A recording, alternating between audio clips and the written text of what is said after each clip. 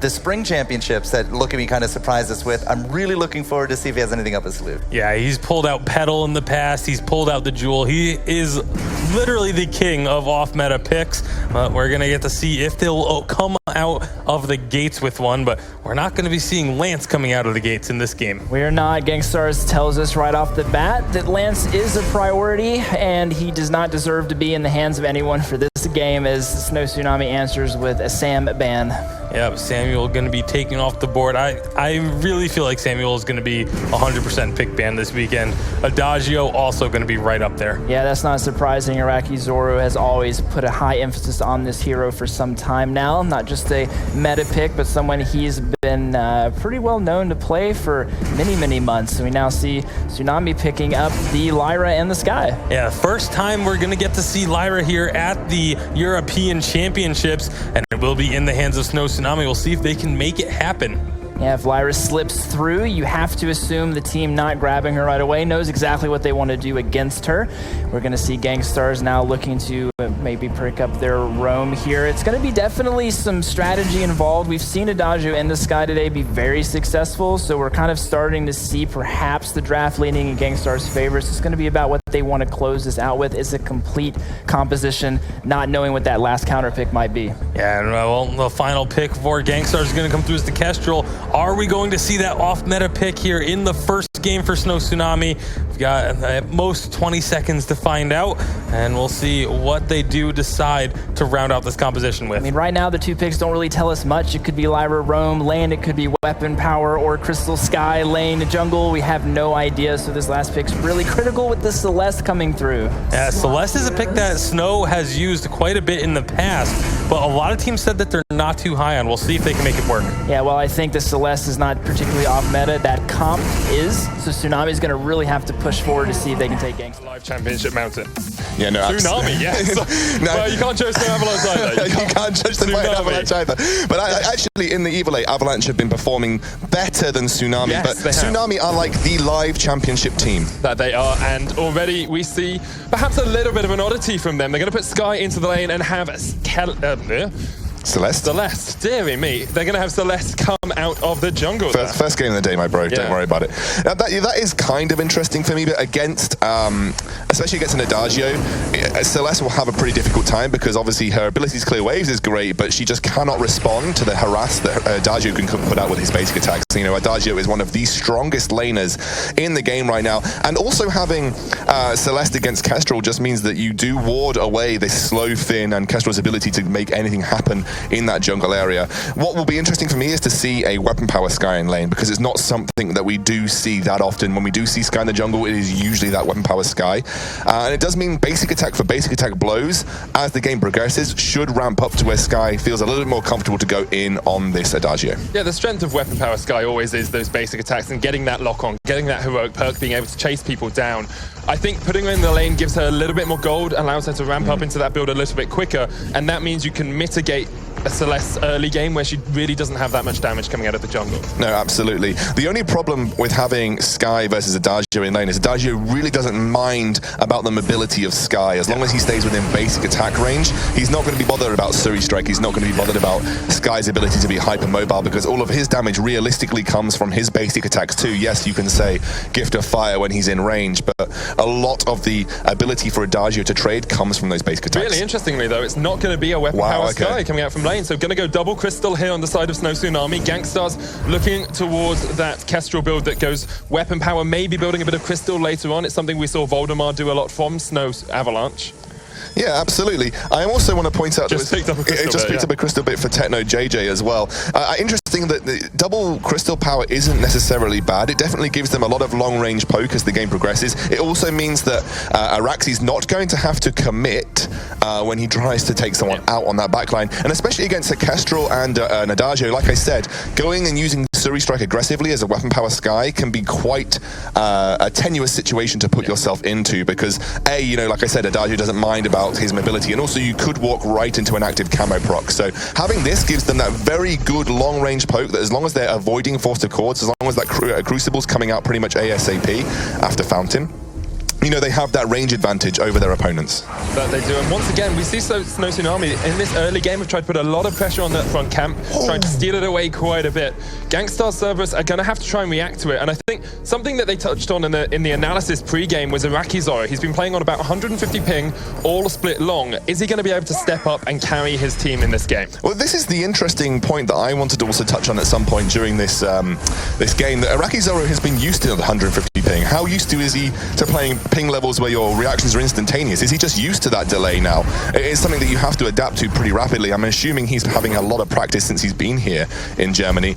But right now, it looks like Snow Tsunami definitely laying down that pressure onto the GankStars squad. And this is part of the strength of having Lyra roam as well. You know, you can just step up there. Principal Arcanum is such a powerful ability in the early game. That heroic perk gets a huge amount of damage down, slows the enemy as well. Techno JJ is going to try and put some pain down onto Sasiska here. There comes the Polite Company as well to draw him back, but should be able to escape with that Imperial Sigil. And now, look at me, not in the best of positions, but that Helio there really chokes out any ability for GankStars Cerberus to step forward. Exactly, with GankStars being so low, they don't want to risk a supernova, so they won't walk over it, and it means that Techno JJ will have to back off as well. Something that we were just literally pointing out on the screen is that obviously that Techno JJ Crystal bit. You may be wondering whether he's going to be going Crystal Power Kestrel. I would doubt it with the Adagio, but what you can have as you know, getting this early bit of hybrid damage is that your Glimmer shots do just become that much hard hitting in the early game, and also, you know, it has the range to deal with the range of Sky and Celeste, so you can try and poke them out as just as much as they're providing that kind of poke pressure as well in the early game. It just allows them to delay a little bit when it comes to these fights. It gives you an ever so slightly longer time on your active camo as well, which means that you're able to dodge around the fights ever so slightly more. It's just it's a tiny advantage, but it can pay all the difference in a game like this. Yeah, I don't know how much relevance the Crystal bit's going to have to that, but if that were to go into a Shatterglass later in the game, which is what we sometimes see weapon power Kestrels do, that would have a huge impact, and especially since also it increases the damage that your active camo stun does too, so it can be pretty impactful. But no, it is going to be a weapon power Kestrel for the most part, which we expected with a double weapon blade, so going towards a Sorrow Blade start here. And it's double crystal power completely coming out here from Snow Tsunami. No hybrid builds from them, of course, apart from the weapon blade on Araxi to start off the game. Looks like they're both building up towards that Shatterglass. Could, of course, be building up towards a Frostburn or something like that as well. Yeah, absolutely. I wouldn't be surprised to be seeing two Shatterglasses, but if we do see a Frostburn, it will be on Araxi. Now, I can actually tell you that I do value Frostburn here. Now, this is something that a lot of the casters and players have talked about. You know, how valuable is Frostburn as a first item? People buy it sometimes just without thinking on Sky. I think against something like a Finn, who just soaks up forward barrages like crazy, and also the fact that Adagio is so immobile anyway, having a Frostburn could actually be a really good thing in this situation. Now, there's a couple of reasons for that. A, it protects the engage, protects the ability for them to get close to you, but also it really benefits look at me. If you have that Frostburn working, supernovas are easier to make happen. That they are. Nettoilette's looking for a fight. Polite Company will come down. Great Cribble, and look at me has fallen. 1-0 already for GankStars. Well, that was an interesting play there. I think Snow Tsunami were really overvaluing their poke that they had in that particular position, and they really didn't respect the fact that Nettoilette with those boots could just run straight in. Played that really well. Look at me. One shot. Yeah, it got soaked up by the turret anyway. But look at me didn't react properly to that situation. I don't think he really understood the threat that was coming forward. The thing is, look at that. He built Shatterglass first. That was absolutely huge. They do have a fountain though, so they will be able to survive. Irakizoro takes a little bit of pain in return. I mean, Snow Tsunami, they do have better poke. They've got a better long-range composition with Celeste and with Sky, but they, as you say, they just didn't anticipate a Finn running straight into the middle of them. So as this game progresses, as long as the Crucible is coming out for Sasiska ASAP, which with that shield, maybe that's what we're maybe going to see. As long as the Crucible is coming out pretty quickly, then I really think that the advantage lies with Snow Tsunami, because the way that they're running with, there comes the 40. Force the cord onto Sasiska. He is able to use his boots to get himself away. Sasiska still hasn't even finished his fountain though. He's got that life spring and the kinetic shield that you were talking about. He needs to get that fountain soon. He's sitting on 1,000 gold. There we go. There's the fountain. Goes back, gets the fountain. Now can rejoin the fight. He is building up towards the Crucible. We would assume, of course, that can go into things like a flare gun or war treads as well, but you have to assume it's going to be Crucible. Against the Finn, you have to have Crucible. Now, what I was going to say before the fight, that's what kind of got a little bit broken in thought, is that the ability to use the Frostburn and have this Shatterglass on the Celeste, it benefits the late game way you play against GankStars. That is simply because if you can block out the Force to Cord, then there isn't really any way that GankStars can get into a position to fight you. So you just win. And also the way that this works is that they don't get themselves within range of the the Verse of Judgment from the Adagio. You're never going to put yourself realistically into a range where Verse of Judgment is going to become a thing.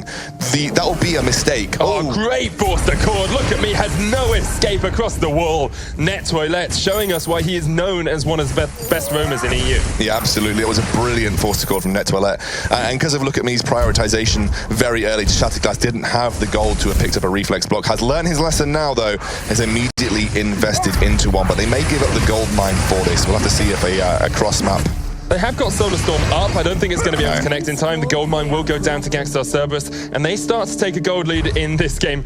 Solar Storm ever so slightly late there, more like an asteroid storm or a meteorite storm, not quite hitting its target, but 2,000 gold lead. I think both of those things are still pretty dangerous, dude. They are, but asteroids actually haven't connected with anything. That's why they're asteroids, so they missed their target. If it's a meteorite, it burns up in outer space as well. So look at this, guys. So what you're saying is a solar storm is something that hits something. Yeah, because we do get hit by solar storms every day. That's why you have outages of GPS and things like that. Yeah, there you go.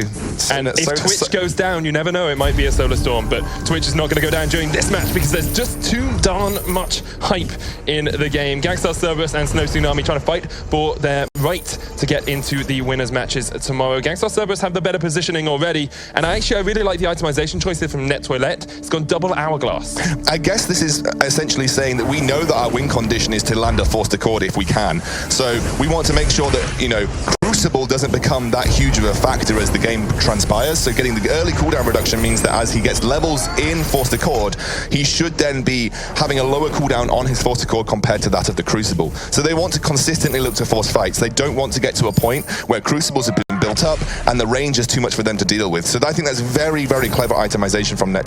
Plus, on top of that, there's not many things that you want to Crucible for your team. So, you know, there's here and there, basically. I think the thing is as well, usually we see a late chronograph coming out from Finns or after they got those 2 item spikes. As you say, he doesn't really need to go for that Crucible because there's nothing he needs to Crucible coming out from Tsunami, and he wants to make it so that his Forster Chord is on a shorter cooldown than Crucible at level 1.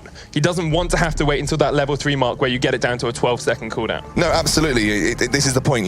You want the early cooldown reduction so that 1 or 2 levels in Forster Chord means that you are outpacing the Crucible. Like you said, Crucible is here now for Siska, so he will have that ability to block for the entire team. Net should know that, but they may try and make something happen here, given the way this is. Buff will come down. The turret has fallen. Iraki's takes a lot of pain, but a double cripple from Net might turn the fight around. 1 shot, 1 kill. Will connect onto Look at Me. Net is incredibly low. Has used the Fountain. Solar Storm will come down. 1 more Helio is enough. The stars have fallen on Net, and he will go down. Look at me. In response, gets sniped away by Techno JJ. And Snow Tsunami now in a 2v2 with GankStars. Techno's looking for it. There's no turret there. He misses the glimmer shot, and Cisco will be able to arcane passage away. Yeah, I mean, that was just an overstep from Look at Me, but you saw the way that Snow Tsunami team composition is wanting to work. You know, the fact that the Crucible was there meant that Net was basically reluctant to commit to anything. However, they did get the turret.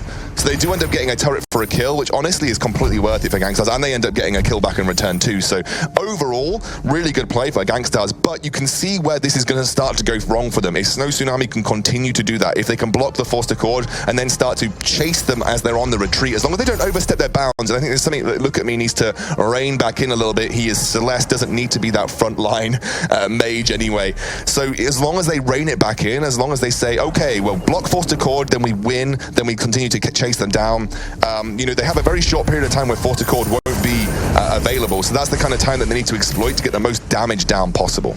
Net just steps forward. Forster Chord is Crucibled, but look at it, 46 seconds to 44, so it's almost exactly the same cooldown as Crucible already. Death from above, gonna lock out Iraki's He dodges around. Solar Storm does not connect, and both teams just back away from the fight for now.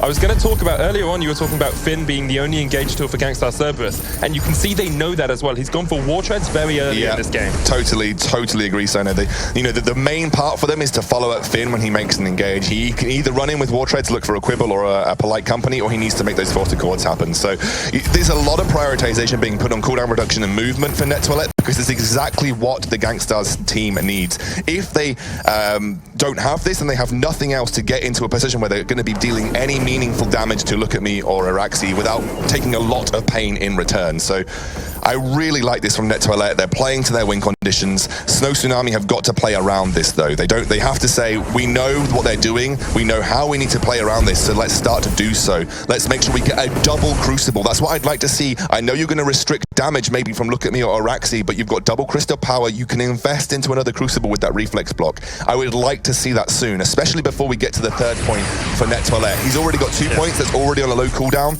They need to think about a second Crucible. Just upgraded to Chronograph as well, so it's going to be on a shorter cooldown than the Crucible. Picks up a flare gun, so building up towards that contraption.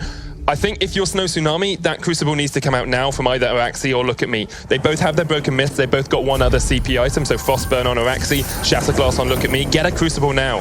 Probably on Look at Me, in all honesty, because he's going to be the one who's getting caught out by these a little bit more. So Siska takes a one shot, one kill to the face there. Yeah, he's fine. He's fine for now. He's fine. Uses that Imperial Sigil to heal himself back up. Nice the Crucible.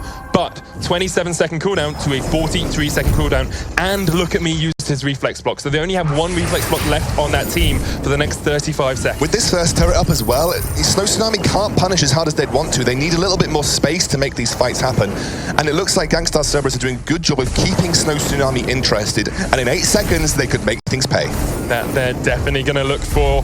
Forced the cord up once again, and Snow Tsunami doing a good job of timing it there. They think, probably up. Going to see Net Toilette step forward, pops out that flare. They will back away. Both of the Romans have a flare gun for themselves now, so Contraption on the cards for both of them as their next item pickup. Interestingly, Siska only sitting on those level 1 boots.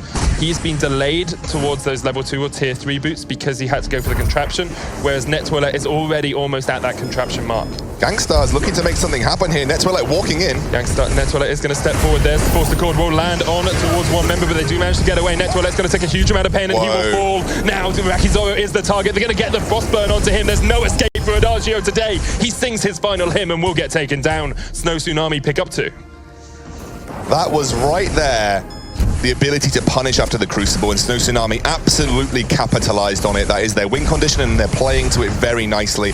I also got to say, big good job. Big good job, boys. To Araxi, very well placed forward barrage there to deal as much damage to Net Toilette as possible. The Fountain actually didn't have the effect that it wanted to. It was used quite late in that situation, so Net Toilette got burnt out very quickly. Also, the fact that they were all grouped up in that tri-brush area. Look at me. Yeah, there we go. Look at me. Well, let's look at him. Doing very well on Celeste so far. Had a bit of a rough start to the game, but has been performing admirably as we have moved forward. And this is where Celeste will also like to fight. You can see that if they can manage to make these engages happen in this jungle area, especially that tri-brush, then you can just get huge supernovas off that can deal, devastating damage to the whole of the GankStars Cerberus squad. The thing is as well, though, GankStars kind of want to have Snow Tsunami tunneled into those small choke points, because that's where Force of Cord is the most effective to hit. You can land it on all 3 members pretty quickly. Snow Tsunami have the better team fight in that area, but if you can get Snow Tsunami coming out of the jungle, have good vision control around the area, then you can Force the Cord them back into the fight. Even a fight down here is really good for GankStars because it's a little bit more open. They've got the space for the Force the Cord. Can they punish the Araxi not looking for a forward barrage? I think he was buying. Yeah. Maybe a missed opportunity, but it's only 13 seconds till Net Toilette can make this happen again. No second Crucible yet. Can we see GankStars turn things around with a big Force to Cord? There is 2 reflex blocks on the 2 key targets, Look at Me and Araxi, but Siska obviously is vulnerable. Force the Cord onto Siska, has that arcane passage to get himself away, but now Look at Me is caught off towards the side. There's a block on the core collapse, and Look at Me has no place to go. Oh, that was wonderful. Yes, they forced out the portal from Siska, but because of the split team from Snow Tsunami, they were able to just rush in with those war treads and take someone down. This is the problem that I think Snow Tsunami are facing. They don't want to be isolated. The single target damage from GankStars is incredible. The ability for both Kestrel and Adagio to single-handedly burst someone down if they're isolated is too much for Snow Tsunami to deal with, and this is why they don't want to be spread out. That's why they want to be grouped up, and that's why these forced accords are becoming so important, because they can be hitting 3-man wherever the map lies. It doesn't necessarily need to be in the jungle. They can always try and hit them in lane, because the majority of Snow Tsunami are going to want to be grouped together.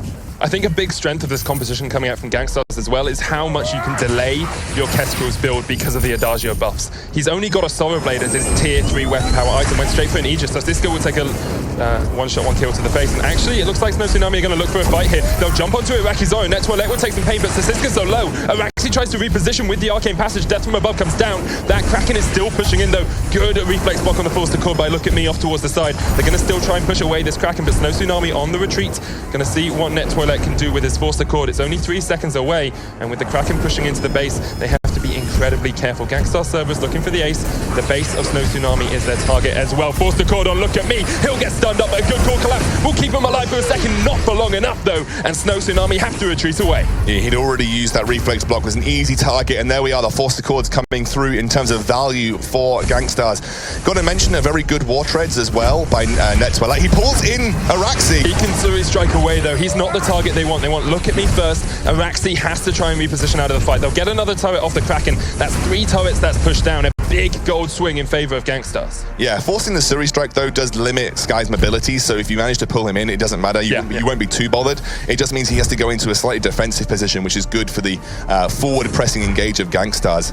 The other thing I wanted to note was there was a War Treads during that fight that basically got Iraqi Zoro out of the Death from Above, which could have potentially been his undoing, because I don't think he had his Aegis up. So that was a good job by Net Toilet to just very quickly react to that, because Araxi wasn't able there to isolate Iraqi Zoro and get a good forward barrage off. Yeah, before we even got to that fight, what I was talking about was how much Techno JJ actually delayed his build. So he went Solo Blade straight into Aegis, and only just now has finished his Tyrant's Monocle. So 18 minutes in, picking up your second tier 3 weapon power item would usually be really bad for you as a carry. But because he's got that Agent of Wrath coming out from Iraqi Zoro, it means he has so much more damage in these fights. Yeah, the only issue with his build path is that he has forgone going for a breaking point. Yeah. So in what I think is traditionally probably going to be more often than not an elongated fight for them, it does basically spell out to you what they're planning on doing. They want the burst damage, right? If you get a couple of crits. Yeah, the problem is if they go into an elongated fight, they've already lost. Techno JJ with the one-shot, one kill in the wrong direction. He did not see where that was going. He would take a forward barrage to the base. Look at that. Solar Storm on Net Toilet. The Helios will chase him down. Araxi Suri strikes onto Iraqi Zoro as well.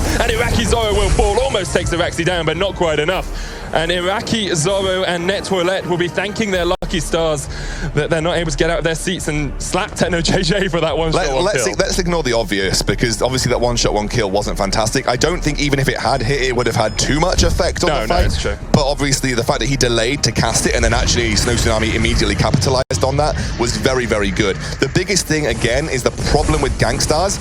If they don't land the Force to Court, they have to back off immediately. Yeah. And they didn't have the opportunity to there, because Araxi, very cleverly with this Frostburn build, immediately started applying pressure to Net Toilet. So that basically meant that they were able to put so much pressure onto Net Toilet. He had to burn the fountain, and then they could basically run after and capitalize. He wasn't there to soak up the damage, get very easily onto the backline, and also the fact that GankStars was split because of the position that Techno JJ used his one-shot, one kill in, and because of the forward movements by Araxi, it meant that Techno JJ walked over the top side, and Finn and Adagio walked down the bot side. It's a great death from above, straight along that jungle line as well. It's so difficult for Techno JJ to join the fight even after that first ultimate. Now we're going to see Snow Tsunami pushing in towards their first turret of the game. This is a huge gold swing for them, taking the Kraken, being able to push in. Kraken taking hardly any damage here as well. And one of the major strengths of them is fights like this where they can get broken myth stats down onto Net Toilet. Already, look at it, 2 stacks already on Araxi. The fight hasn't even begun. 3 now, 2 on Look at Me. It's going to just keep ticking up and ticking up and ticking up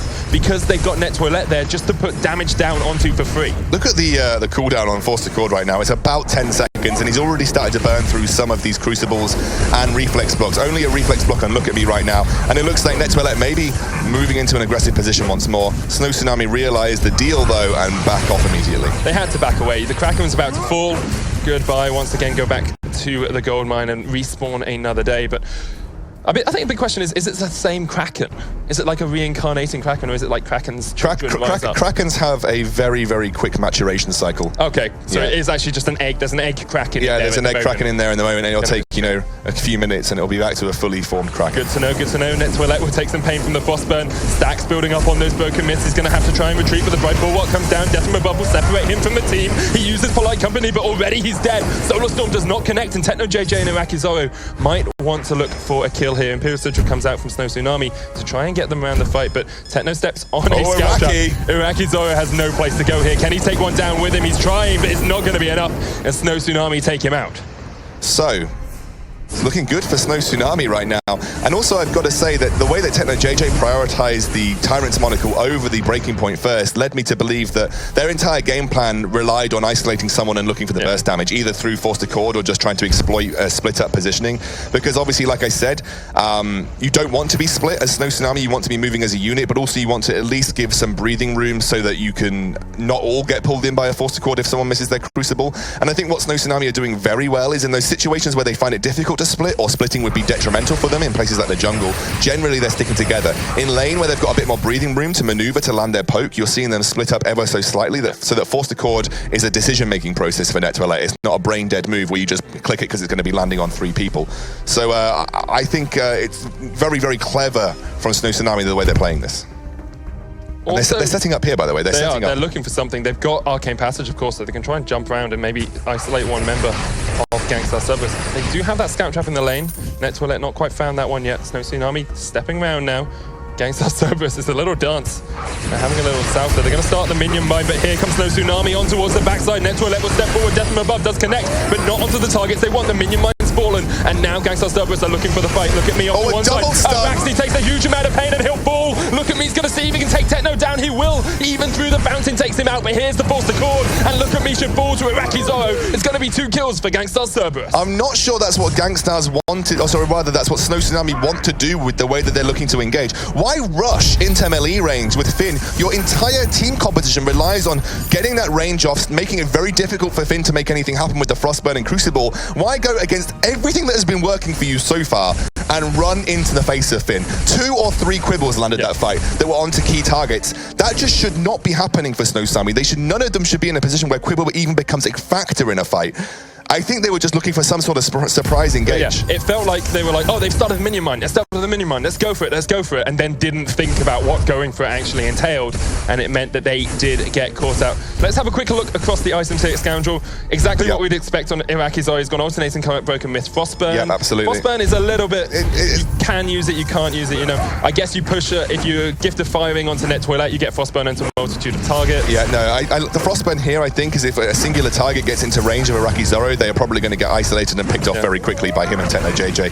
However, I think the overall use for it in the context of these team fights may be slightly limited. I would have maybe preferred to see a Shattered Glass, but I think Frostburn has its uses, and if they can make it work, it can almost single-handedly win them a fight. The cord onto Siska, he does dodge away with the Arcane Passage. Araxi's taking a huge amount of pain from the side. There's the Death from above, going to try and split up the fight. Bouncing comes down, Iraqi Zorro is low off towards the side, but all of Snow Tsunami having to back away. Helio, after Helio is coming down on the faces of GankStars Cerberus, and they may be Cerberus, but the sky is falling on them now. They have to try and retreat. Net2LA already gone down, and it looks like actually both the members of GankStars Cerberus will be able to get away. Well, Iraqi Zorro, won't he? Steps on a Scout Trap. He steps on a Scout Trap, and that is going to be Araxi now moving forward to try and pick him off.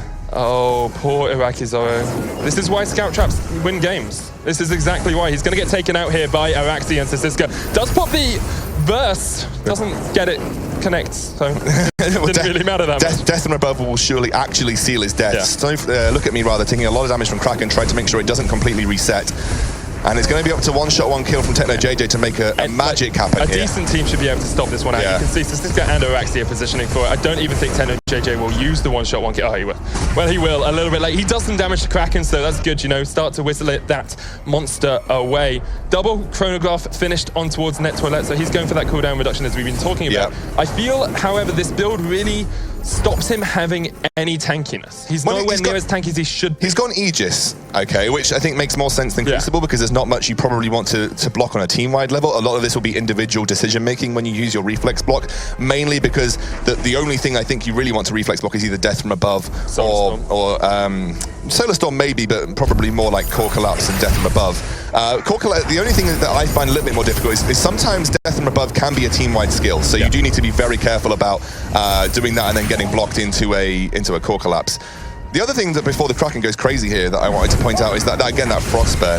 I might talk about it afterwards, Sona, because it looks like we've got some action. Turret is the target, quibble onto Araxi. Araxi's off towards the side, will takes the Siska low, but they're going to be able to reposition in the fight with the Arcane Passage. Kraken still pushing in, 1 shot, 1 kill, connects on towards the Lyra. The Siska very low. There's the forced accord as well, but the Kraken's still there. Team Snow Tsunami are looking for the crystal. Burst comes down, but Araxi dodges it out off towards the side. Not what we've seen from the Sky Suri today. strike. The Kraken will take the crystal.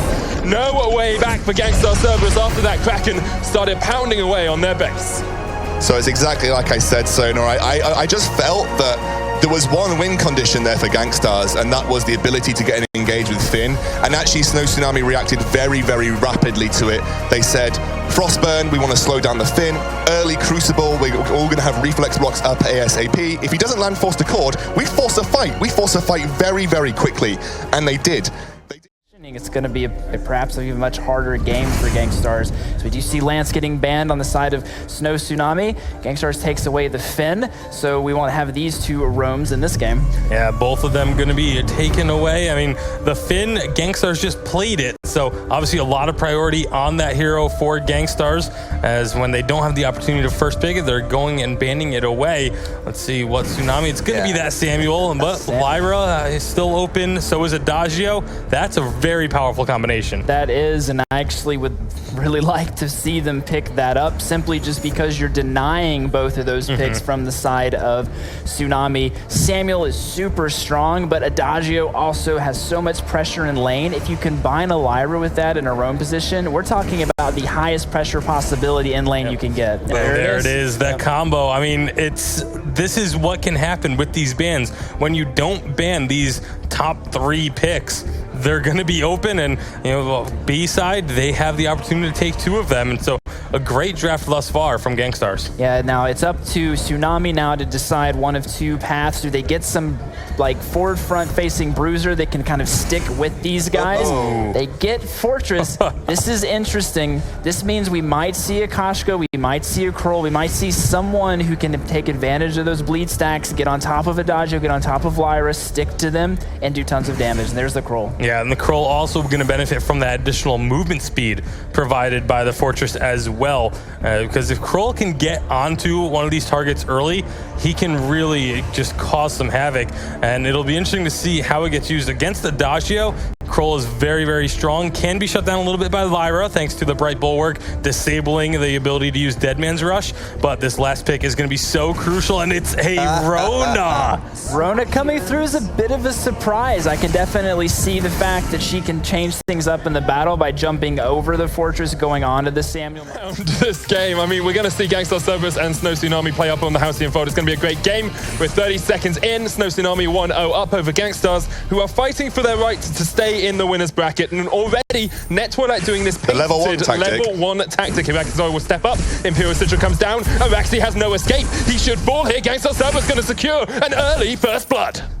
That was super exciting, Sona. It was just a level 1 Lyra tactic, though. Because they get first blood. They force him out of lane. He loses a ton of farm because they're going to try and push that lane up. However, already we see Look At Me trying to counter it out. He's on this Krull, known very well for his Krull play. Techno JJ will jump away, actually going out of the fray with that A ability there. Yeah, and Look At Me is looking to make some sort of I guess, consolidation in the back campus, but they haven't respawned yet, so he's going to get chased down. He may be able to back. Yes, he will. He'll get out scot-free, and Cisco will also move. But it is that level 1 Lyra tactic that we have been so used to seeing in recent months. A lot of the North American teams are talking about it in the build-up to the North American Live Championships. I don't know if we actually saw any of it happen. No. But this is the first time I think we've seen it in one of the Live Championship competitive matches. So that's exactly what you expect to see. The Sigil comes down, the slow from the Principum Arcanum. And with the that absolutely insane damage output that Adagio can have, Samuel was not long for this world. So something we don't actually that commonly see is a Hourglass starting build here on Lyra. Going for more Imperial Sigils, going for more Bright Bulwarks. It's a pretty uncommon build, actually. I guess you maybe use it if you're expecting to use multiple sigils early on. You know, you're expecting an engage. Maybe you want to get 2 happen in lane, but I just don't think the cooldown is going to be low enough to make that happen. Now, we haven't really touched on these compositions because this is the more unique type of compositions, I guess, that we were expecting to see from Snow Tsunami. We have seen Cruel, and Cruel is starting to work up. Netwellite has no escape from this one. Should go down to Look At Me. Doesn't quite connect with the Spectral Smite, but Cisco will be able to chase him down. Iraqi's always joined the fray, and Techno JJ jumps into it. He's going to see if he can take Look At Me down. He can. Araxi not able to rotate around quickly enough to stop that kill. Yeah, that's what a Rona can do. If you leave enough time for her to start to build up, then she can be extremely devastating. we're seeing here is that Cruel is picked specifically as a counter to Adagio. Adagio probably pretty immobile. You like to build the weakness stacks on him. That makes his verse less effective. That makes his basic attacks less effective as well. So Siska, a lot pain down onto Irakizaru. Actually, I was going to ask you about Siska's build as well, Excalibur. He's gone for the Iron Guard contract here first. Not something we commonly see coming out of Roamers anymore. Yeah, that's out of Fortresses. You mean? Yeah. So Siska. Yes, you said Rona. Sorry, my buddy. I was looking at Rona thinking, where's the Iron Guard contract? Siska has an Iron Guard contract. Sorry, my bad. I guess maybe just looking to sustain as much as possible. I'm unsure as to where he's going to move with it. We'll have to see. I don't think it's the Iron Guard, is it? I think that's the one that sustains the jungle. Anyway, we're going to see look at me take some damage. I'm getting baited by Sona right now. Sona. Iron Guard we see contracts so rarely. Contracts just have fallen out of the meta quite considerably because of the sort of fast pace you generally tend to see at level 1 to 2, and therefore having combat stats sometimes becomes more effective, especially at level 2. After you've shopped, you usually tend to see a 2-on-2 engage in the jungle, so therefore combat stats always become more effective. The contracts were there when you kind of had a lot of farming rotations in the jungle, when you had a lot of people looking to make a lot of counter jungling moves happen, but that's kind of why you're saying to start to see them fall down now, because people often like to sort of go for engages in the jungle. Irakizaru takes a lot of damage here. Yeah, he will, but he'll be sustained up with the Imperial Sigil. Oh, it is Iron Guard, yeah. Thank you very much. I was wrong. I was correct.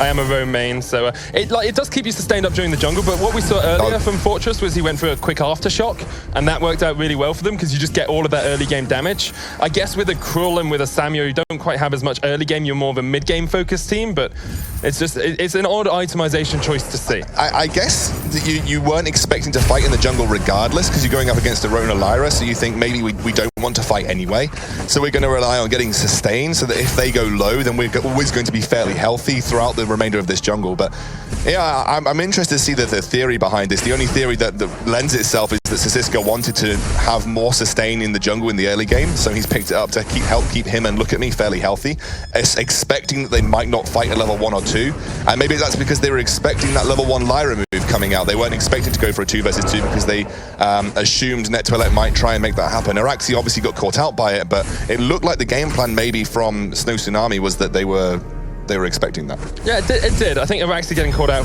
by it was a little bit painful for them. Going to see Techno JJ trying to counter jungle a little bit because that's exactly what Look at Me is doing. Equal CS really in lane and in the jungle, only 2 or 3 here or there, not really paying too much mind to the difference. And Net Toilette and Siska seem to be building up towards that Iron Guard Fountain as its first item. Here comes Look at Me from the side. Irakizaru gets caught out with it from Hell's Heart. Going to try and survive. Spectral Smite, not enough. Gifted Fire, just enough to keep him alive. And GankStars Cerberus escape a great gank from Snow Tsunami. And that is the problem with this double heal composition. It is very difficult to get those executing blows, especially with the Cruel.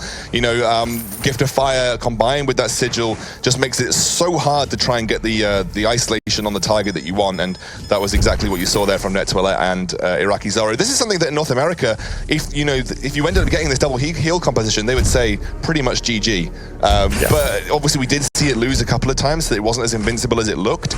But it is still a super strong combination to have here. And Snow Tsunami, they had this tactic coming in where they were saying, we know what GankStars Cerberus play. GankStars Cerberus play their comfort picks, and therefore we have the ability to play against them, and we have the things prepared for them. And I'm guessing Adagio was a comfort pick for Irakizaru, which is why they prepared this Cruel. So Siska pulling out the Fortress is something that we've only really seen in Europe so far.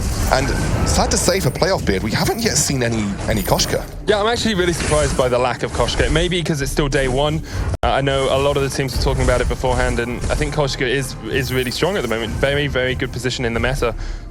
Does what Taka does, but in a better way 90% of the time. Really aggressive, really strong in the early game. Very, very quick around the jungle as well. So yeah, and also has a complete suppression as well, so you can try and isolate a target with the Yummy Catnip Frenzy. So, you know, in essence, does a lot of what Taka does, but it makes him more viable as the game progresses. Maybe the damage output is lowered, and also the ability to escape certain damaging situations is lowered as well, but you do have the ability to lock down one target, which can be more effective. Expect to see contraptions coming out from both of these roamers once again. I think it's just so strong, you know. Go Crucible, perhaps, because Look at Me has that from Hell's Heart. If you're Net Toilette, you've got the Verse as well coming out from Irakizaru, so Crucible next item, and then into the contraption. Araxi takes a huge amount of pain, just about survives. with the fountain coming out there. Iraqi Zoro really showing his stuff. Alternating current completed already on him. Breaking point first item on Techno JJ. So he expects some sustained fights. Oblivion's going to come down. It's going to connect onto all three members of GankStars. And already Iraqi Zoro's dead. Net2Elect, the new target. Techno JJ in the midst with the red mist. Will jump away with the end of the fray. And just about escape. GankStars Cerberus got caught unawares. Yeah, they get caught unawares, and that's when Cruel will punish you as well. Very quickly jump down onto Iraqi Zoro, and obviously when you start to build those weakness stacks up, the Adagio becomes less and less effective as you go on. So that he does. Adagio becomes more piccolo, slightly quieter, pianissimo. You might even say that Adagio. And Net2Elect's going to take a bit of pain here from the Samuel, who jump in Fortress there as well. Techno JJ tries to take down Araxi. Araxi will fall. The gold mine goes down to Snow Tsunami. And now we're going to see a double kill. Look at me, the last man standing here for GankStars. It's going to be an ace for GankStars Cerberus. That was super interesting, the way that Team Snow Tsunami ended up playing that. For the most part, they just had Look at Me trying to solo the gold man out while they used Araxi and Sisiska to try and zone people away from the lane. But as soon as Iraqi Zoro comes back into the fray, you're going to be forcing a 3 versus 2. And at that point, Look at Me had already taken a lot of damage against that gold mine. So I really think they should have all committed as a squad and tried to say, you come to us at gold mine and force a 3 versus 2, or we just take it very quickly. If they'd committed everybody to the gold mine, they probably could have taken it and got out. But it was a good punish by GankStars. It is a thought-out strategy here from Snow Tsunami, of course, because they've got the Storm Guard first on Look at Me. He got it even before he got that Shiver Steel. So he was always going to be that counter-jungling threat, the person trying to take down objectives quickly, trying to steal away minion mines, steal away treants. That was always his goal. Yeah, so I think one of the only other reasons maybe Sisiska picked up this Iron Guard, it's something that, again, is still puzzling me. Maybe he was going to, at some point, solo out jungle neutral monsters, maybe. Yeah, I think Fortress does fall low, trying to tank up jungle camps, but you don't really need to do that much. I guess like you tank it up a little bit more for Cruel in the early game. You've got high base damages as Fortress, right? So you maybe don't necessarily need the early crystal bit because it won't add too much to your kit. So you rely on keeping you and your partner in the jungle healthy, so that if you do come to a 2 versus 2 fight, especially against a Rona, you'll be maybe a little bit healthier compared to her and Lyra. But Lyra, especially with that sigil early on, will give a lot of sustain to Techno JJ as well. So again, I'm very interested towards this item choice. It's less relevant now. I mean, it just feels a little bit like 300 gold he could have invested better. Yeah, potentially. Yeah. Anyway, they know more than we do. Stormcrown has just been finished on to Look at Me, and Snow Tsunami are looking for the fight. Here comes Techno JJ. He's jumping in, got that breaking point, trying to get the stacks. Iraqi Zoro with the Verse of Judgment does get blocked out now. Iraqi taking a huge amount of pain off towards the side, but Iraqi Zoro the target. Look at Me will take him down. Techno JJ not able to stick onto Iraqi, so he'll be able to get away now. Net2Elect is in a world of pain, has to try and retreat to his turret, but Snow Tsunami will go for the dive. They'll take him down, and it's only Techno JJ left alive. This is so good for Snow Tsunami, because when you do manage to get that Cruel onto Iraqi Zoro, not only do you reduce the main form of real main form of damage that you have from range in terms of GankStars Cerberus, but also if you choose to channel that Verse of Judgment, it will be doing up to 50% less than what it should be. And those Verse of Judgments can be game-changing. The damage output they have mid-team fight can be ridiculous. And if you manage to build weakness stacks onto Iraqi Zoro, it feels far worse to channel Verse of Judgment, because you're just allowing them to build stacks up and going for the smite. And it almost makes channeling Verse of Judgment more of a risk than a reward that it would usually be, because you're going up against Cruel. You make yourself static, you can build those stacks up. And with just a Rona, I don't see Cruel going down quickly in any way, shape or form. I feel Techno JJ looks like he's building towards the Serpent's Mask now. Serpent Mask is a core item on Rona. You really need it to be able to sustain yourself through the fights, but I also feel he needs a way to stick on his targets. Maybe upgrading to Journey Boots, those tier 3 boots, or even maybe getting something like a Shiver Steel. Yeah, Shiver Steel would be great, but then what are you planning on doing with the Shiver Steel? Because it always looks like Snow Tsunami are the ones wanting to engage on top of you. But the reason that Snow Tsunami are winning the fights is they're able to split up the fight. So Araxi's getting off towards the side. We saw Look at Me jumping onto Iraqi Zoro. Yeah, if you can stick on Araxi, you can win out that fight. My issue with that, we'll talk about it after this. There's the Piper Watt coming down. Sisiska's going to jump in. Good Oblivion onto Iraqi Zoro, but he's able to get away for now. And it looks like Snow Tsunami are just going to back away. My issue with that is that actually, I think the main reason they end up losing is because always the forward movement is with Snow Tsunami. They're always sending Look at Me into the fray. They're always sending Look at Me straight on top of Iraqi Zoro. Hell's Heart is the use of the ultimate here. Iraqi Zoro's going to take a lot of pain, but the Verse of Judgment will take down one. Iraqi Zoro is still alive, still alive. He's going to go down to the gold mine. No, just about survives. Techno JJ now jumps onto Araxi, who is able to retreat away. If he chucked Malice and Verdict across the wall there, he would have taken him down, but will just about escape. So the gold mine is there again, still not taken, so it will be an objective for Snow Tsunami and GankStars. That was also because I think weakness stacks ended up going on to Net Toilette and not on to Iraqi Zorro, so that meant at the end of that Verse of Judgment was very hard hitting, and that's where you need to be a little bit more careful about your placement in terms of basic attacks from Look At Me. A lot of body blocking going on there for GankStars, so it made it very hard for people to focus down Iraqi Zorro, but they spent a long time trying to take out the person closest to death rather than the most relevant target. So they said, oh, Net Toilette really low, maybe we can burst him out and then start to deal with Iraqi Zorro, but Iraqi Zorro forced the issue by saying, I'm channeling Verse now, you don't switch to me, you're going to get absolutely punished, and they did manage to punish by taking out a lot of people and a lot of damage with that Verse of Judgment. I really like Net Toilette going for the Atlas as well. He knows he's going to be sitting on top of Iraqi Zorro. He knows Look At Me is going to be there as well. Yeah. You slow that attack speed, you can really mitigate a huge amount of the damage coming out from Krull. Yeah, but also mitigate how much damage reduction is going on to Iraqi Zorro as well, which I think is one of the key parts. Siska. Oblivion comes down, it is blocked out though, so Siska's going to jump in. Iraqi Zorro in the midst of the fray, he's going to get taken incredibly low, he will fall, and the fountain now comes out from Snow Tsunami. Look At Me the target, and Techno JJ still on full HP, can jump onto Araxi, can chase him down. Red missed his use. Araxi has no place to go, as Techno JJ should be able to use that auto attack to kill him out. So Siska now the target for GankStars. Do they know he's in there? Looks like he's just going to try and back away. Techno JJ will step in and will catch the wolf in the jungle. No escape today for Siska. He'll fall. The fortress has fallen, and GankStars get the ace. Wow, ace picked up here, and they're going to be picking up the gold mine as well. The super interesting thing that I want to pick up here is that when they barrel in, everybody barrels in, including Araxi. So what I would actually maybe like to see is you just leave Araxi to fire missiles from the backline. If Techno JJ then makes the decision to go for Araxi, he won't be having a red mist that is applying damage to everybody on Snow Tsunami. What you're seeing now is Snow Tsunami moving as a complete unit, and Techno JJ is saying, I know what I'm going to do. I'm going to spin around in a circle and do as much damage. Exactly, spin to win. He's going to do as much damage to everybody as he physically can. And that leaves it in a position where even if they take down Iraqi Zorro, the whole team has taken so much damage. And Look At Me then goes down. Araxi is not in a position to kite by himself against Techno JJ, especially without a Frostburn. And GankStars are coming out on top. That they are trying to put some damage down there with the Malice and Verdict. Here comes Techno JJ once again, jumping in. He's the lead. GankStars Cerberus are taking the imperative. They're taking the fight, and they're taking quite a lot of damage as well, because they're actually able to escape off towards the side. Going to try and get the weakness stacks on towards Techno JJ. There's the burst, though. They will Crucible it out, but still take a huge amount of pain. The Kraken joins the action. He's going to see how many Snow Tsunami members he can take down. He's switched his focus onto GankStars Cerberus, and they will just have to back away. Araxi is untouched, as you say. He jumps forward with the Malice and Verdict. There's the Imperial Sigil. Dark Descent is not the name of that skill. Drifting Dark is, as he puts some damage down from the side. Malice and Verdict once again with that AoE. They're going to see if they can get the chase down. And Araxi's used his boots, but Imperial Sigil will get GankStars away from this one, apart from Techno JJ, who just does dodge back in for a second. So, as these fights progress, you're seeing change-ups of tactics over and over again.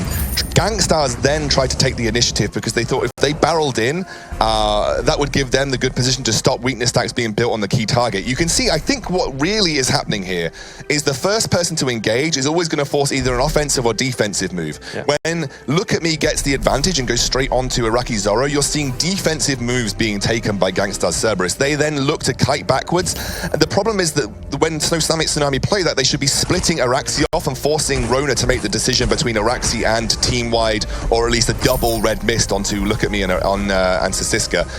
That's not happening. Whereas you saw there from Snow Tsunami when GankStars made the aggressive move, that actually played into the favor of Araxi, but not into the favor of Look At Me. Look At Me was, you know, like a fish out of water. He didn't know where to apply the weakness stacks. He was just sat there taking the damage. Eventually did do enough to get a kill, but Araxi was the one that was then carrying Snow Tsunami in that situation. He was the one that kiting back because that's what Samuel loves to do. I would like to see a Frostburn from him, but I don't think that's where he's going to be going with this build. Doesn't look like it at the moment. Infusions all round for both these teams. They're looking for a fight now. Look At Me and Araxi with those crystal infusions. Techno JJ has a weapon. Iraqi Zorro has a crystal sitting in his inventory. Minion mine stolen away. And at the moment, actually, double minion mine for the team of Snow Tsunami. They're going to back, see if they can catch GankStars Cerberus out as the GankStars rotate down towards this minion mine. What I'd like to see from GankStars is doing what Fuji said you would usually see Elira do, which is be aggressive with the portal, send Techno JJ in with her, and then use Bright Bulwark and just be the aggressors, because then you are forcing defensive moves, and it means that Iraqi Zorro probably isn't going to get touched by Look Look At Me, and that probably gives you a small advantage in terms of these team fights. That's what I'd like to see from GankStars Cerberus. The risk always is if Look At Me is able to get that flank around and get onto Iraqizo. There comes the Oblivion. Netoilet was caught in it. Techno JJ will jump forward, but this is the fight that Snow Tsunami want, not the one that GankStars want. And Snow Tsunami are the aggressors. Once again, GankStars will be able to get away. That is 2 ultimates used. They still have the From Hell's Heart, but no Oblivion, no Attack of the Pack for now. That was a very early fountain used by Netoilet as well to just try and stem the tide. This is a very, very interesting decision for Snow Tsunami to try and take Kraken at this point in time. It is far too risky, and they know it. They have managed to clear out some of the vision control that GankStars had around this area, though. There was a huge vision advantage. Stormcrown finished up onto Look At Me, so we saw him building into that earlier. It's so powerful at taking objectives. Objectives and also a lot of on-hit damage, which works well. They're going to go onto Netoilet with the From Hell's Heart. The damage onto Netoilet does put some pain down, but the Imperial Sigil healing him up, the Arcane Passage used to get away. And maybe that's all Snow Tsunami wanted, because they back away straight away. I think they realized that they weren't going to get any more of that once the portal was used, but it does stop offensive moves from GankStars Cerberus happening now.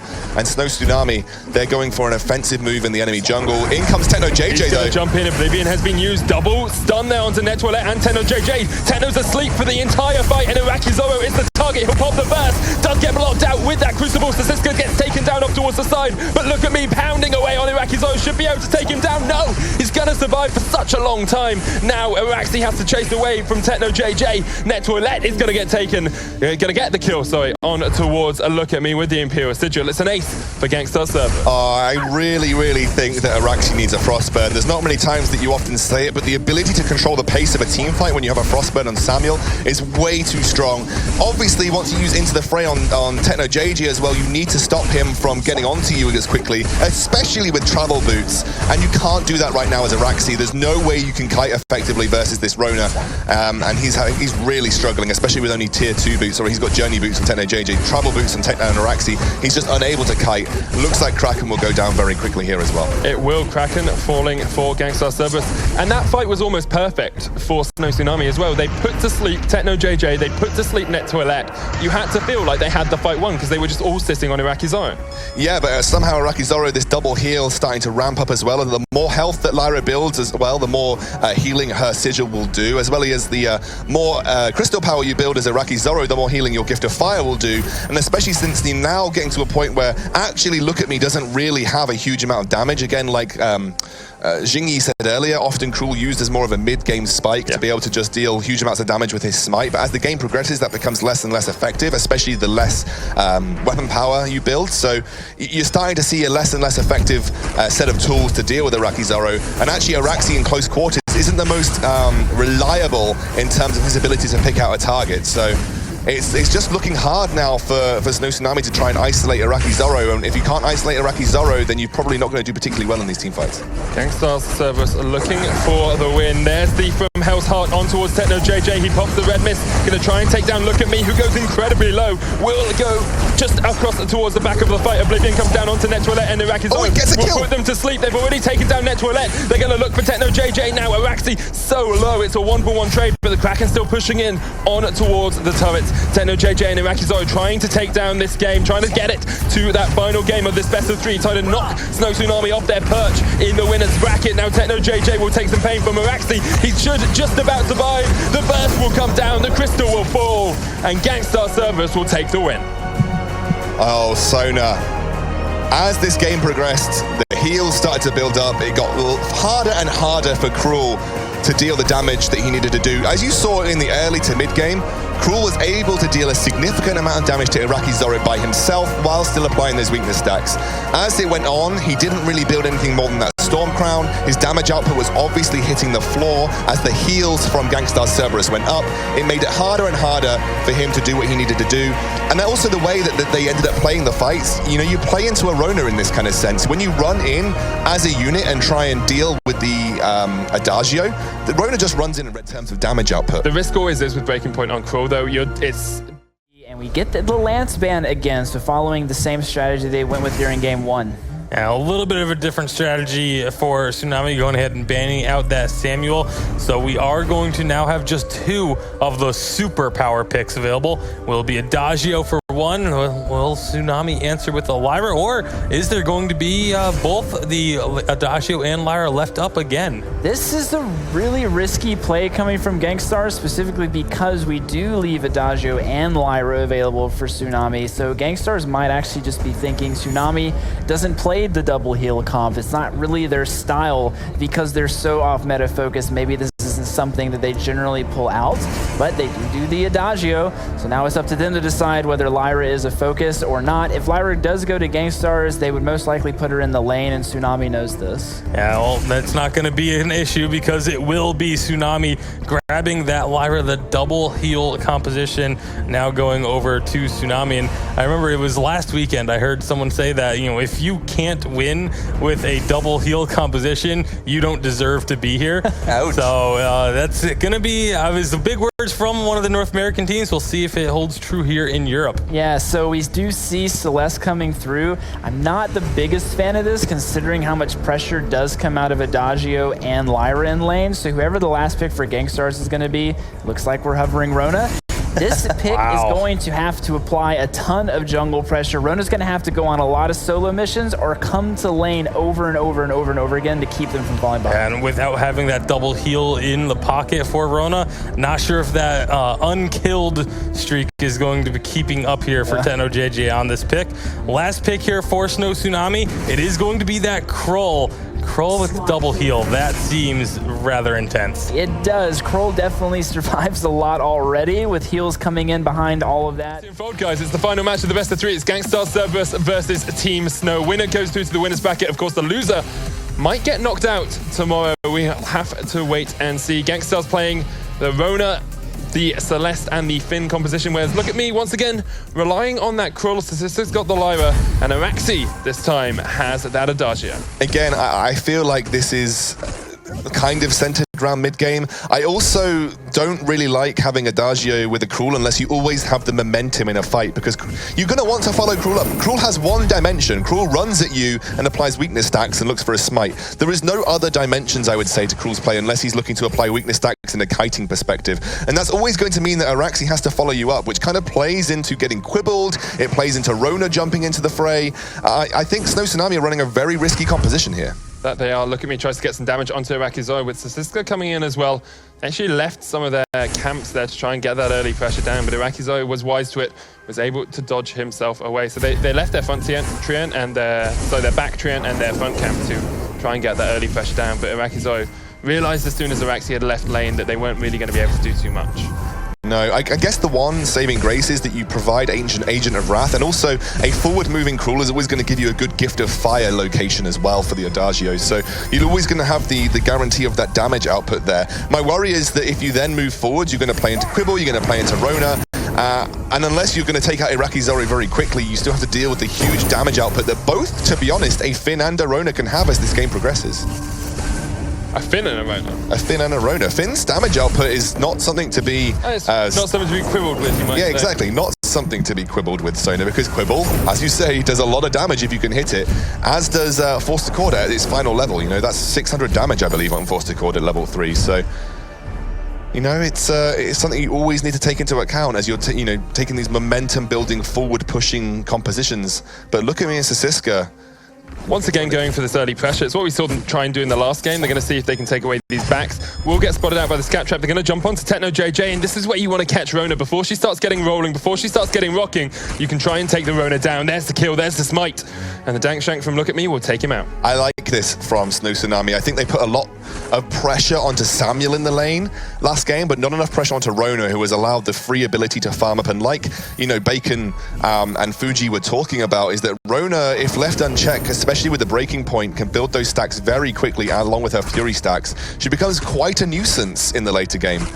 Now look at me, steals away a healing camp. Dodges the Quibble out of from the side. Polite Company will come down as well, but stealing away the healing camp is exactly what Look At Me wants to be doing, trying to take away all that farm from TechnoJJ and just delaying him getting towards those item spikes that you really need on Rona. Look At Me has not had enough yet. TechnoJJ going to be forced out once more. I never really thought about the model size of Rona, but she is the same size as a giant river troll. She's huge, absolutely massive is Rona. Techno JJ will put some pain down on, sorry, look at me, will put some pain down on towards Techno JJ there. They will be able to back away. I was going to talk about this actually. Last game we saw Krul's kind of counted out by the Bright Bulwark because you can't dead man's rush towards people quite as easily. Because he's got the Lyra on his team, he's got Imperial Sigil for movement speed, and he's got the Arcane Passage to engage. Exactly, the Arcane Passage, you follow that in and you get yourself into a position to deal with Iraqi Zoro very quickly. But again, that's where my worries come in for Araxi. Where is his role going to be in all of this? Is he going to be instantaneously targeted by Techno JJ and Net Toilette, or are you going to see Techno JJ and Net Toilette take a defensive maneuver role, where essentially they are the ones trying to peel for Celeste? I think this is a very difficult situation for Snow Tsunami, but if they can keep up this pressure and really shut Rona down in the early game and capitalize towards the mid game, then maybe Rona won't actually be an issue. You can see exactly what they're trying to do as well. Even Araxi joining the fray, they're trying to stop Techno JJ from being able to get anything. It means Iraqi Zoro's had a bit of a free farm lane. I mean, Celeste is okay to farm on, you just use your double Helios, but as soon as Araxi rotates back up, he's going to be able to get that farm disadvantage back. The funny thing is that actually the Snow Tsunami lineup has the tools to deal with this Celeste. Whereas, you know, they probably don't have the tools to deal with very fed Rona. So what you're seeing here from Snow Tsunami is they are consistently looking to pressure in the jungle, but look at me. He's going to get stunned though, he's going to try and get onto Iraqi Zoro. Araxi's nowhere near this fight, and already we see Look at Me falling. Sasiska has no escape from the double Helio, tries to Imperial Sigil, tries to get away, might be able to escape off towards the side. Techno JJ looking for the chase with the foe splitter. We'll see if he can split Sasiska's skull. Not quite able to do it, and that Lyra will just about escape. So again, that was maybe over-aggressive. They didn't respect what the Iraqi Zoro could do when he moved down to force a 2 versus 3. I think Look at Me being a little bit over-aggressive in that situation. But Sasiska's escape plan with the placement of that sigil was so good. He knew he could potentially survive to get to the sigil and then relied on the movement speed to force him out. Funny thing is, Araxi didn't seem to care, so he wasn't that bothered about applying damage to the Rona when she was chasing him, but they weren't punished for it and Sasiska gets out. I'd like to see Look at Me continue with this calculated aggression, but really respect where Iraqi Zoro is, because if you get into a 2 versus 3 in these kinds of times in the game, this is where you could throw that lead away. And they've actually already thrown a fairly sizable advantage over this Rona away, who's managed to farm up a bit of the enemy jungle and now managed to farm it back on her own jungle. So, you know, they had this huge rolling advantage that they could have capitalized on, but that small misstep in terms of Look at Me being a little bit over-aggressive may have cost them the early advantage that they once had. They do have a good mid-game spike with their team as well, though. Double Helio is going to come down here from Iraqi Zoro. Tries to get that Supernova out. Will put some pain onto the Snow Tsunami squad. Alternating Current has just been completed on Araxi, so he's going to start putting a huge amount of damage down in these fights if he can use it effectively, and if he can position effectively as well, because it's all about positioning into a Rona, into a Finn, into a Celeste. No, absolutely. And this is the problem with Araxi, that I feel like his positioning is going to be very difficult. Either he doesn't join Look at Me and tries to kite backwards against Techno JJ, which as an Adagio by yourself is going to be very difficult. Or he runs into the fray, you know, taking a leaf out of Rona's book, runs straight into the fray and tries to deal with Iraqi Zoro as quickly and then think about the Rona afterwards. It's a really tough situation, I think, for Snow Tsunami, but I guess with Agent of Wrath, maybe there'll be the damage for Look at Me. And I love his build path, by the way, going this time straight for the breaking point. Yeah, it can work really well if you use it effectively. I think having that little bit of extra damage is powerful when you get to these mid-game fights, and with Araxi there as well to give him that Ancient of Wrath, you can get a huge amount of damage down in the fights. But I still feel like he might be a little bit squishy going into a Celeste and a Rona. Yes, maybe. I think if I was going to prioritize a defense here, I'd be prioritizing armor, because you want to try and deal with Celeste as quickly as possible. Techno JJ face checks. Yeah, he will go down very low very quickly and will fall even through the fountain. Snow Tsunami take a kill. Yeah, they don't want to fight further there, because they know that those kind of situations, those choke points, is where Finn and Celeste are going to shine. Iraqi Zoro maybe looking for a snipe if he can. Have the Solar Storm available. Net Toilette's there as well. Here comes the gold mine. It won't get stolen away, but now Iraqi Zoro is in all kinds of pain. Has to try and retreat, but look at the damage from Araxi. That's another kill going over to Look at Me as well. They might even look for the dive here onto a Finn. That's very brave. Force the cord, drags him back. Look at Me will fall. That's why you don't quibble with a Finn.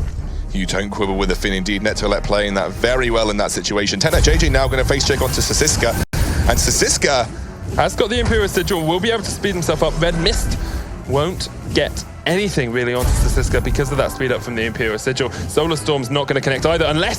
Spooky Ghosts. For a second I thought Sasiska was going to get back to base on his B, back to the Sanctuary, and then get hit by the Solar Storm. I think Sasiska actually cancelled his recall there to make sure he wasn't going to get connected by it. So I'll tell you why I like this breaking point build better than I liked the build previously from Cruel.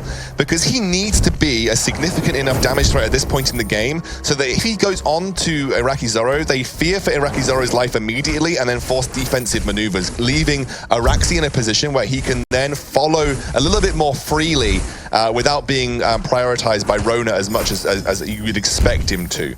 The issue with going like that Stormcloud and Shiver Steel build is, yes, the slow is great, but you're not going to be a huge damage threat by yourself. I think the risk always is, though, someone like, where they tried to get it onto Iraqi Zoro, weren't quite able to connect, they were spotted out by the flare. The risk always is, you've got someone like Net Toilet there just to protect Iraqi Zoro, so if Net Toilet can kite backwards effectively, use Polite Company, use Quibble, use Forced Accord, reposition people in the fight, it allows Techno JJ to try and get onto that backline and put the damage down. That's why I think movement speed should be prioritized very early by Look At Me. In fact, particularly everyone, to be honest. I also think that a well-placed portal into Bright Bulwark could stop that that sort of peeling potential of both Techno JJ and Net Toilet, because you see the way these fights are happening is that both Net Toilet and Techno JJ take a very forward position to try and protect Celeste. So if you can try and circumnavigate that with Sisiska using his portal, then you can try and throw Bright Bulwark down and everybody rush through, run through that area of slow on the enemy team, and then just deal with Iraqi Zoro very, very quickly.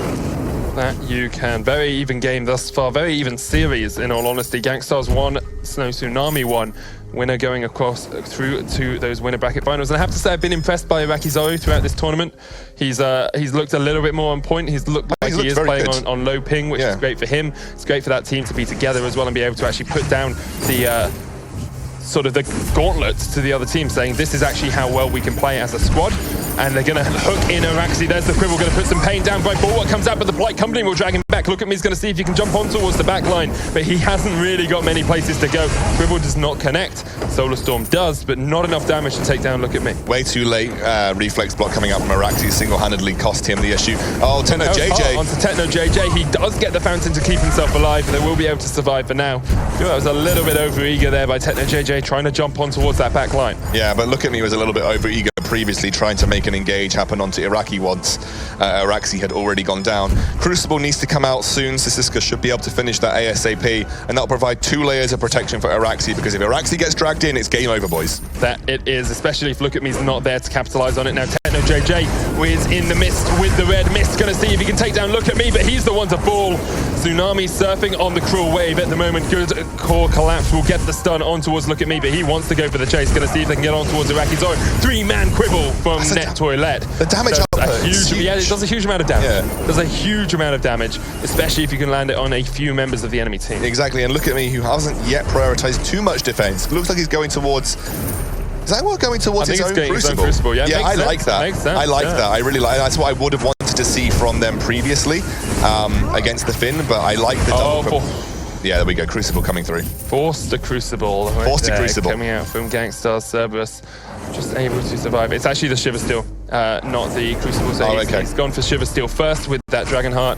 Going to be trying to get those slows down. I like it as a build. I think it works well for trying to stick onto someone, especially when you've got someone like a Finn trying to peel, but perhaps the Crucible would have been a little bit more effective. Net Toilet not building that hourglass chronograph build that we saw going on last game, so he not gonna have quite as many forced accords, but still, when you get up to that 3rd rank in that ultimate, it's a 12-second cooldown if it's Crucible. Yeah, no, absolutely.